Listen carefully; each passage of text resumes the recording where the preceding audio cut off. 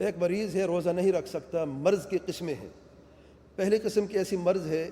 جو تھوڑا سا نزلہ ہے، بخار ہے، سر کا درد ہے،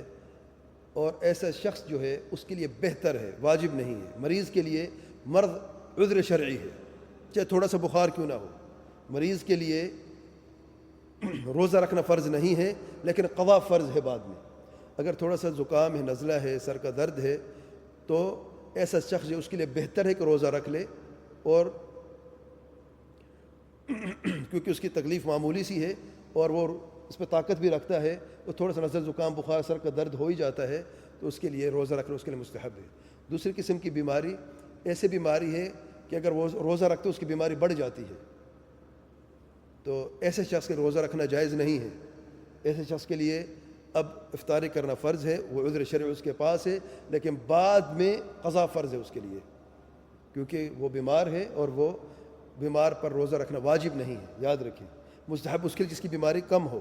تھوڑی سی تکلیف ہو، اور ایسے شخص پر روزہ بھی حرام ہے۔ پتہ ہے، جو شدید بیمار ہو اور ڈاکٹر سے منع کہ روزہ نہ رکھیں، اب ایک شخص 104 پہ بخار ہے، شدید بیماری ہے، اور وہ بیماری سے بخار سے لرز رہا ہے، اور اس کو ویسے بھی جسم کے اندر فلوئڈز کی کمی ہے،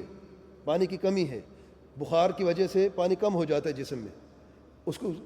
پانی کی سخت ضرورت ہے، وہ روزہ رکھتا ہے اس شدید بخار کی صورت میں، اس کے لیے جائز نہیں ہے، یاد رکھیں۔ کیونکہ اللہ تعالیٰ فرماتے ہیں لا تلقوا بأيديكم إلى التهلكة، اپنی نفس کو ہلاک میں مت ڈالو۔ تیسری قسم کی بیماری ہے کہ روزہ نہیں رکھ سکتا کوئی مریض، اور وہ قضا بھی نہیں کر سکتا۔ ایسے موذی مرض ہے، نعوذ باللہ، کسی کو کوئی کینسر کی بیماری ہے، اللہ تعالیٰ ہر مومن، ہر مسلمان مریض کو تندرستی عطا فرمائے، اور ہر مرض سے، ہر موذی مرض سے نجات عطا فرمائے، اور شفاء عاجلہ کامل عطا فرمائے۔ اگر کوئی ایسی موذی مرض ہو جو لا قابل علاج ہے اور وہ مرض بڑھتی جا رہی ہے، تو ایسے شخص کے لیے روزہ رکھنا فرض نہیں ہے، وہ روزہ نہ رکھے، لیکن ہر دن کے عوض میں ایک مسکین کو کھانا کھلا دے۔ اور سیدنا عبداللہ بن عباس رضی اللہ عنہما اور دیگر صحابہ بھی اس طریقے سے اگر کوئی موذی مرض ہوتی تو وہ یہ فتویٰ دیتے کہ ایک مسکین کو کھانا کھلا دیا جائے۔ اور بڑھاپا بھی اس میں شامل ہوتا ہے، کیونکہ جو انسان عمر رسیدگی کی وجہ سے، بڑھاپے کی وجہ سے کمزوری بڑھ جاتی ہے، روزہ نہیں رکھ سکتا، تو ایسا شخص جو ہے وہ ہر دن کے عوض میں ایک مسکین کو کھانا کھلائے۔